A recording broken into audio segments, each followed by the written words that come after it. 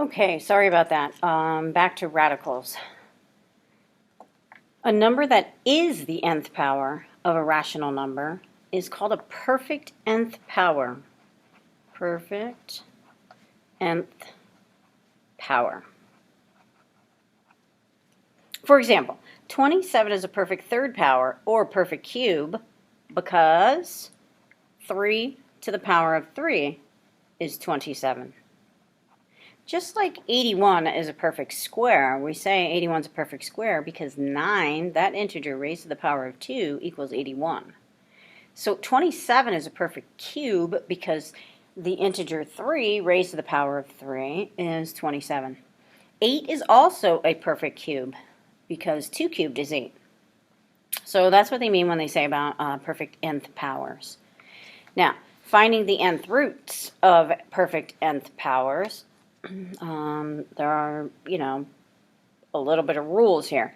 If n, the index, the root, is odd, your book and math does a lot of stuff with even and odd. So keep that in mind. We're going to see this idea of even and odd functions, all that kind of stuff later on.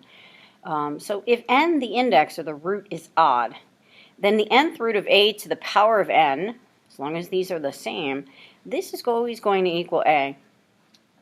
But you have to be careful with the evens. Your even roots, your square root, your fourth root, your sixth root, and so on. If these are the same, the root and the power, and this power is on the inside, just like what we saw before, then this is always going to evaluate as the absolute value of a. And that's what I was talking about when I'll flip over to the other page here. That's what I was talking about. Oops, not on there, on this thing. When it was even on the inside, even root, okay, we need those absolute value bars. The same thing is going to hold true for those, any even root, okay, and that was an even root. This here was the square root. So the exponent was on the inside. We divide the exponents, but if it's even inside and comes out as an odd, you need the absolute value bars. And that's what this here is saying. For example, the cube root of -4, negative included, cubed, is exactly equal to -4. So we don't have a lot of issues to worry about or anything to remember when we're working with odd powers and roots. However, when it's even, you do. So yes, these are the same and they're inverses of each other, right? So take something to the fourth power and then take the fourth root. They are inverses of one another. But this thing is going to evaluate as the absolute value of -7, which equals +7. You see, because if I would take this negative, raise it to the power of 4, this would be a positive number. And I can only take an even root of a positive number. Okay, so again, you need the bars when it's even. And hey, it's 2 bars, and that's an even number of bars.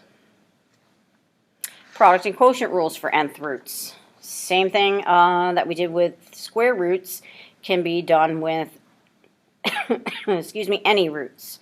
So the nth root of a times the nth root of b is exactly equal to the nth root of a times b. And the quotient rule, the nth root of a divided by the nth root of b is also equal to the nth root of a divided by b. Of course, b cannot be 0. And we'll put that here. B is not allowed to equal 0. Division by 0 is undefined. Okay, moving right along. See page 31, there is a study tip on there. So I'll ask you to go to page 31 and look that up. Make sure you do that. Really, the study tip there talks about some higher even and odd roots occur so frequently you may want to memorize them. Okay, so let's write down what that study tip says. Some higher roots, even and odd, occur so frequently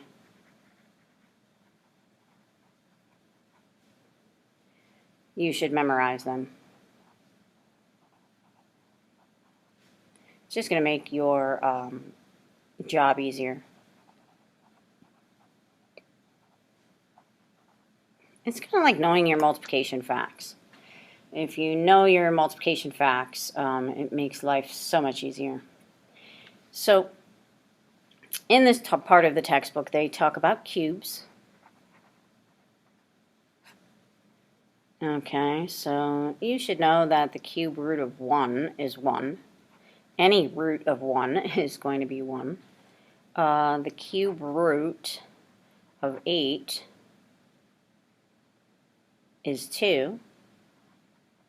I'm noticing that my camera is flickering green, and I'm certainly hoping that that's not happening and recording that way. The cube root of 27 is 3. The cube root, I'll write it right here, of 64 is 4.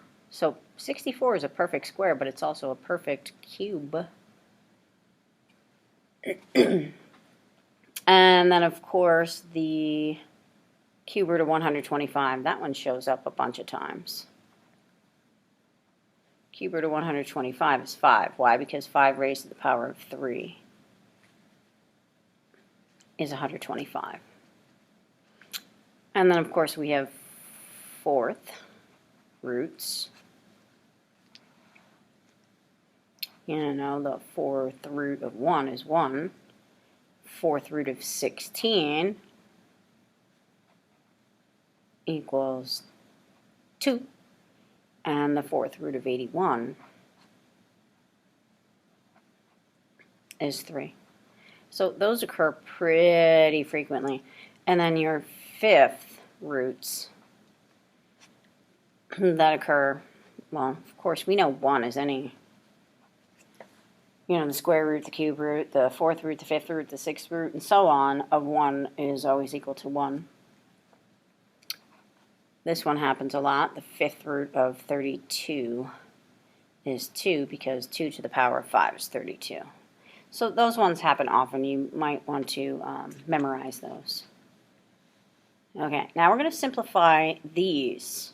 Kind of like when we did simplify the square root of 8. Well, remember the square root of 8 could be written as the square root of 4 times 2. The 4 comes out as a 2, so the square root of 8 equals 2 root 2. Now we're going to simplify, but this time looking for cube factors. Well, you look at this one and you're like, oh, the cube root of 64. 64 is a cube. It evaluates as 4. That's simplified form. This one here, 40 is not a cube, but there is a cube that divides 40, and that cube is 8. So I could think of this as the cube root of 8 times 5. See, this thing has to be a perfect cube now. The 8 is going to come out as a 2 because 2 raised to the power of 3 is 8. And so what do I got here? Well, the 2 is on the outside. The 5 has to stay in. 5 is prime. It has no other factors other than 1 that is a cube. Don't forget to put your little index in here. And don't forget to write it as though it is an index. You don't want to write it too large. So that simplifies as 2 times the cube root of 5. This time, fifth power. 8 is not a perfect fifth power. Okay, if we look, we go right from 1 to 32. 1 and 32 are perfect fifth powers. 8 is not a perfect fifth power. So I have to use that product rule. This is equivalent to the fifth root of 8 times 8, 64. 64 is not a perfect fifth power, but 32 is, and 32 divides 64 2 times. So I can split this apart into the fifth root of 32 times 2, because 32 times 2 equals 64. The 32 comes out as a 2, right, because 2 raised to the power of 5 is 32. And so my final answer is 2 times Now, if you want, write your little 5 first and then make your radical symbol so that's inside that opening. And then I'm going to put a 2 right there. So 2 times the 5th root of 2 is equivalent to the 5th root of 8 times the 5th root of 8. I look here, and I'm like, oh, cube root, 125, that's a cube. 27, that's a cube. So I can use the quotient rule. Cube root of 125 over the cube root of 27. Cube root of 125 is 5. Cube root of 27 is 3. No common factors, I'm done. Okay, so you have to really be careful and look for what the index is. And look for perfect nth powers to take out, whether they're, cubes or fifth powers. Okay, so these are your higher roots. Combining cube roots is the same thing as what we did before with this. If you remember in the last video, this idea of here I had, 8 square roots of 5, right? So here I've got 3 cube roots of 81, and I've got 4 cube roots of 3. The radicands are not the same. So these are not the same kinds of terms, if you will.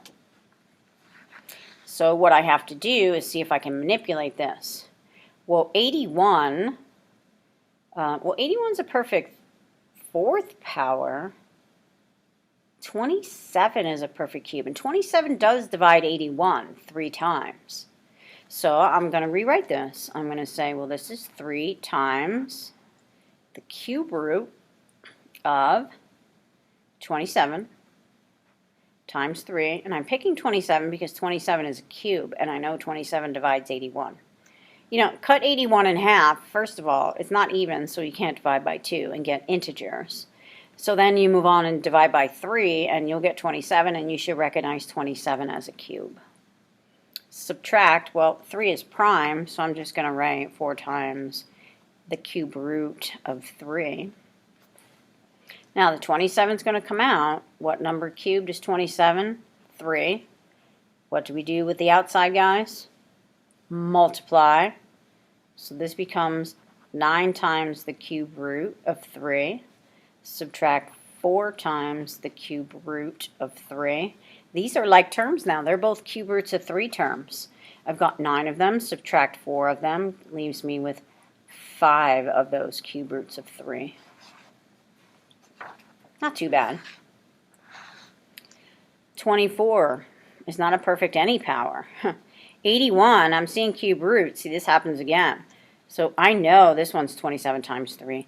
I'm looking for 24. What divides 24? That's a cube. 8 divides 24, and 8 is a cube. So I'm going to copy down my outside guys. You can't forget about those. Times the cube root of 8 times 3. Add the cube root of 27 times 3. The 8 comes out as a 2. The 27 comes out as a 3. What do I got here? 3 and 2 are on the outside, operations of multiplication. So I'm going to multiply 6 times the cube root of 3. Add, well, this is a 1 here. 1 times 3 is 3. Cube roots of 3. And when I add 6 cube roots of 3 and 3 cube roots of 3, I get 9 cube roots of 3. Ones with variables. You're going to do the same thing. You're looking for cubes. I'm going to say this is the cube root. I'm going to break the 24 down into 8 times 3. I'm going to put this x and this y cubed. Subtract. Notice I have a y on the outside. Times the cube root. 81 is 27 times 3 if I'm looking for cubes. And don't forget about x. Alright, what comes out here? The 8 and the y. 8 comes out as a 2, right? Because 2 cubed is 8. Y cubed comes out as a single y. Why? Because y cubed is y cubed. Over here, the 27 is going to come out as a 3 because 3 cubed is 27. I don't need absolute value bars here because the index is odd, okay? So I only need the absolute value bars if I've got even roots. All right, so what do I have? I've got 2y on the outside here times the cube root of 3x. And over here I've got, it's subtraction, 3y times the cube root of 3x. And notice this part here, the radical part, is exactly the same. These are cube roots of 3x. And on the outside, I've got 2y. So 2y of those, subtract 3y of those same kind, leaves me with a negative 1y of that kind, cube root of 3x.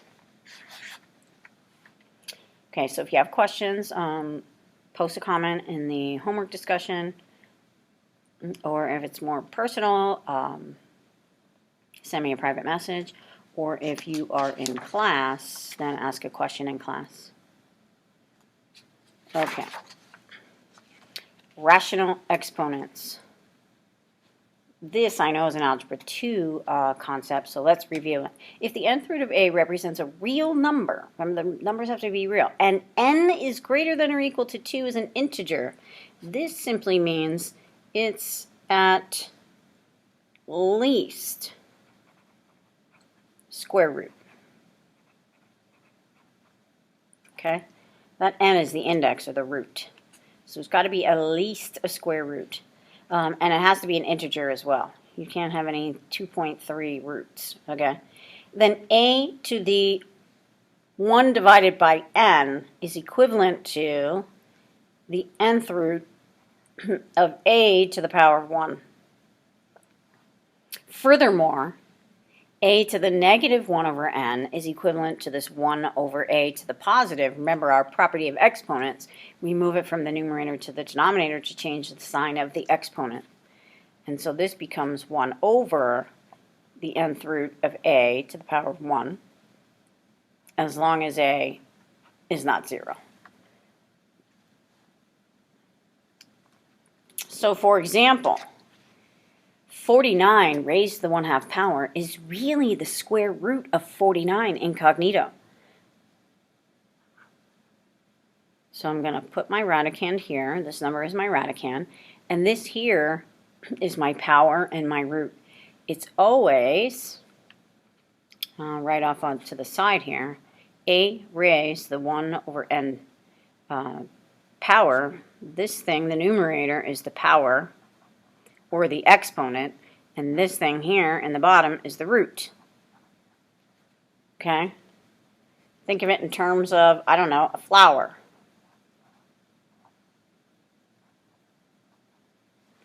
Where are the roots with respect to the ground? In the ground, underneath. Okay? So if this was like my fraction bar, flower is the power, and the roots are in the bottom level. Okay, take the analogies for what you will. I like to be a little goofy sometimes with my math. Okay, so this is power over root. The root is square root. I'm not going to write the little 2 there. It's silly. We understand that if there is no number here, it's square root. And the power on 49 is 1. I mean, you don't have to write it, but if you want to know where it's coming from. And, of course, the square root of 49 is 7.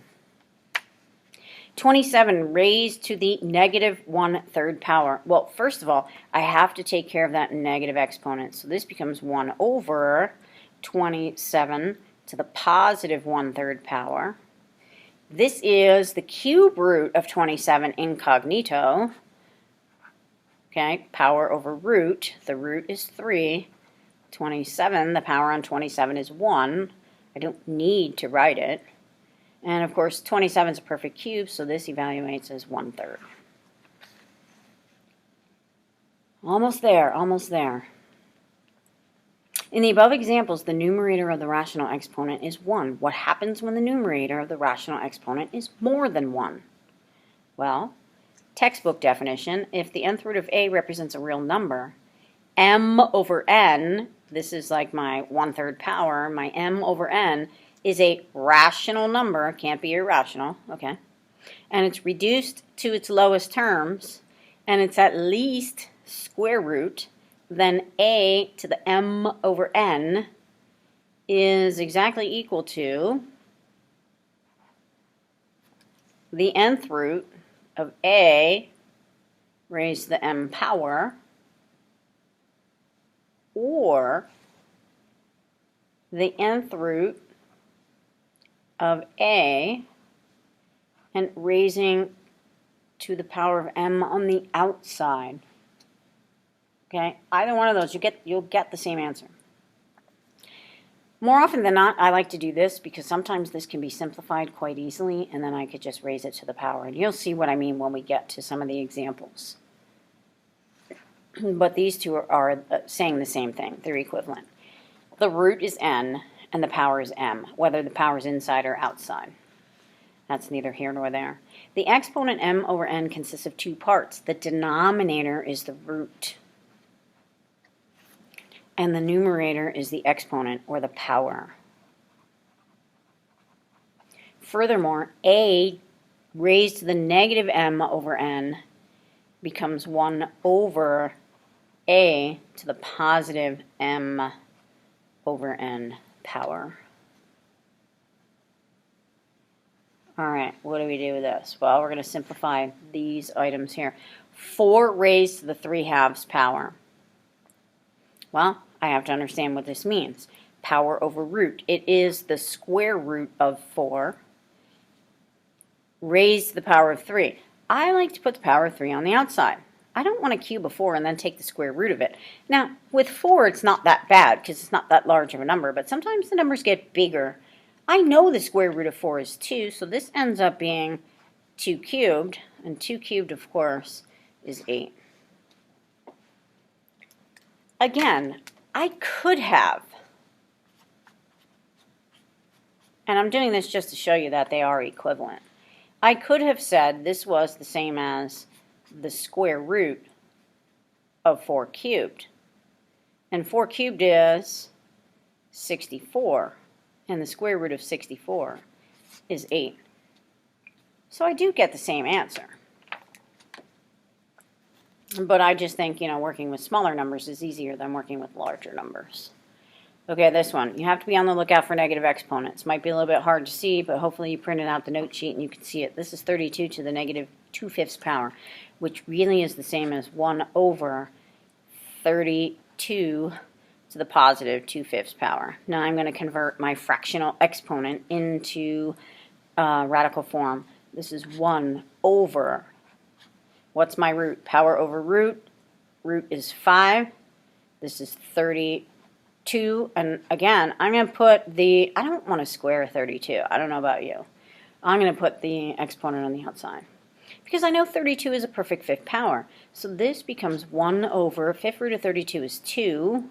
Don't forget you didn't take care of the squaring yet, and 2 squared is 4. So this is equivalent to 1 over 4. Okay, this is straight across multiplication. Don't try to do any kind of silly foiling or anything like that. I'm going to multiply the 2 times 5 and get 10. I'm going to multiply x to this power, x to that power. Now remember, when the base is the same, what do you do with the exponents? Well, you add them. So this is 4/3 plus 8/3, which becomes 10 to the 4/3 plus 8/3 is 12/3 on that power of x, okay? Not on the 10, on the x only. Notice the exponent on the 2 here is 1 and the exponent on the 5 is 1, okay? So this applies only to the x, to the variable x, okay, this power. This becomes 10. Well, 12/3 is 4, so this is 10 times x to the power of 4. Power of 4 is on x, the variable only. Okay, I'm hoping that this video is not blinking. It's blinking green for me. And so if that's doing that on this video, I apologize. All right, just like we saw with scientific notation, here I'm going to do 20 divided by 5 is 4. Same base, exponents are different, and one's fractional.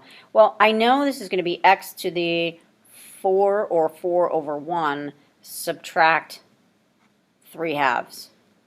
Well, I got to get a common denominator. So sometimes these are a little bit more work. All right, so I'm going to write my numeric base 4, x to the power of, well, 4 is equal to how many halves?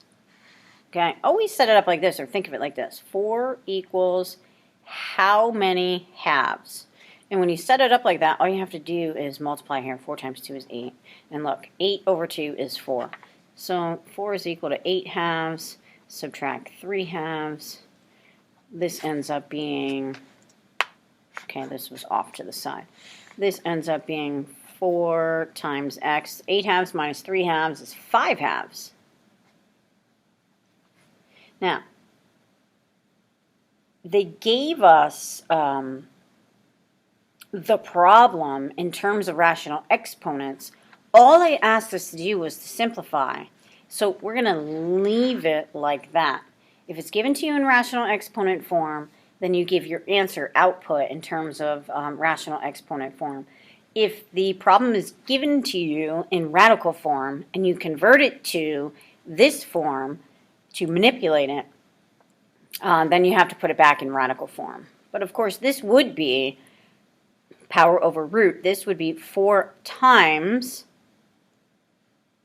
the square root of x to the 5th, which that could be further simplified. But we're not going to do that here because it just asked us to simplify. And again, it was given to us in terms of rational exponents. If you have a question on that, let me know. All right, last page of the notes. I know these videos are a little bit long, but when I'm in the classroom teaching live for these lessons, I literally use beginning to end of periods so that we can get through the material.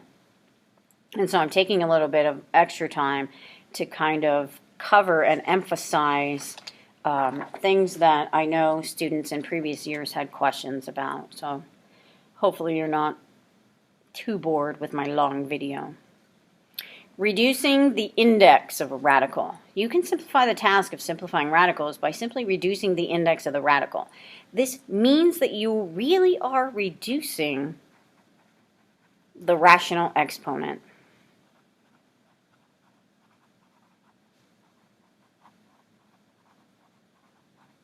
Now, I don't really like to use that word reduce because when you're reducing fractions, you're really simplifying the fraction. And so I don't love this terminology, but hey, it is what it is, right? So I'm asked to simplify the 6th root of x cubed. Well, it's power over root, yes? 3/6 is equivalent to 1/2. So I'm going to take it out and put it in that rational exponent form. And now I'm going to look and I'm going to simplify that rational exponent and rewrite it as 1/2 power because it really means the same thing. And now I have to put it back in radical form because the original problem was given to me in radical form. And so x to the 1/2 power is really the square root of x incognito. And so this is my final answer. The 6th root of x cubed is the same thing as the square root of x. Okay, we reduced the index. Over here. Now, some students might, be tempted to, I don't want to show work, so I'm just going to do this in my head. And they're like, 4/12, well, that simplifies to 1/3, and that's the cube root of x. But no, no, no. You have to think about it in terms of power over root. And this is an even root. Remember, the evens cause us trouble sometimes. Depends what the output is. Here, I ended up with a radical as my output. Here I'm not going to, because what's really happening here is this is x to the power 12 divided by the root 4, and 12 over 4 is 3. This is x cubed, but this was an even root and it came out as odd, so technically this would be the absolute value of x cubed.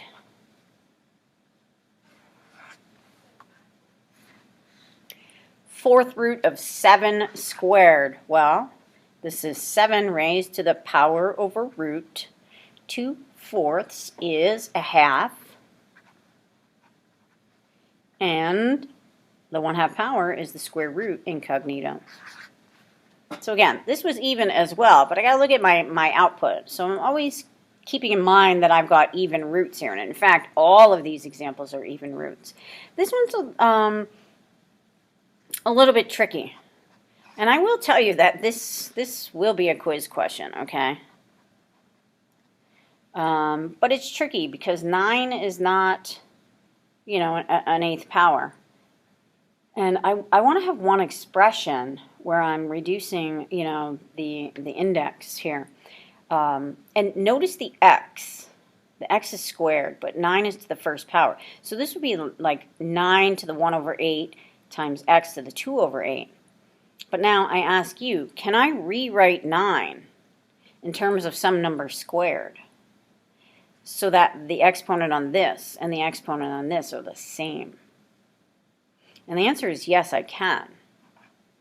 I could think of this as the 1/8 root of 3 squared times x squared, because 3 squared is 9. So master manipulation with these kinds of problems. This would be 3 to the 2/8 power times x to the 2/8 power. See, I want these two to have the same power. I didn't have that issue with any of these other problems above because there was only one factor inside, you know, like x or 7. This has got 2. This is a product. Okay, and so I want to think of this 9 as a 3 squared so that these two, the product of these two has the same exponent. Okay, 2/8 is going to simplify to 1/4. And again, for the x, 1/4. And so when I put this back into radical form, I end up with the 4th root of 3 and x together inside the same radical. Okay, so this ends P3, the section on the radicals. You will have a radicals packet. That'll be due next Thursday. And there is a small textbook assignment on page 34. You'll find the numbers of that on the agenda as well as on the calendar. If you have any questions on anything that was covered, please ask, either on the discussion or in class. Have a great day.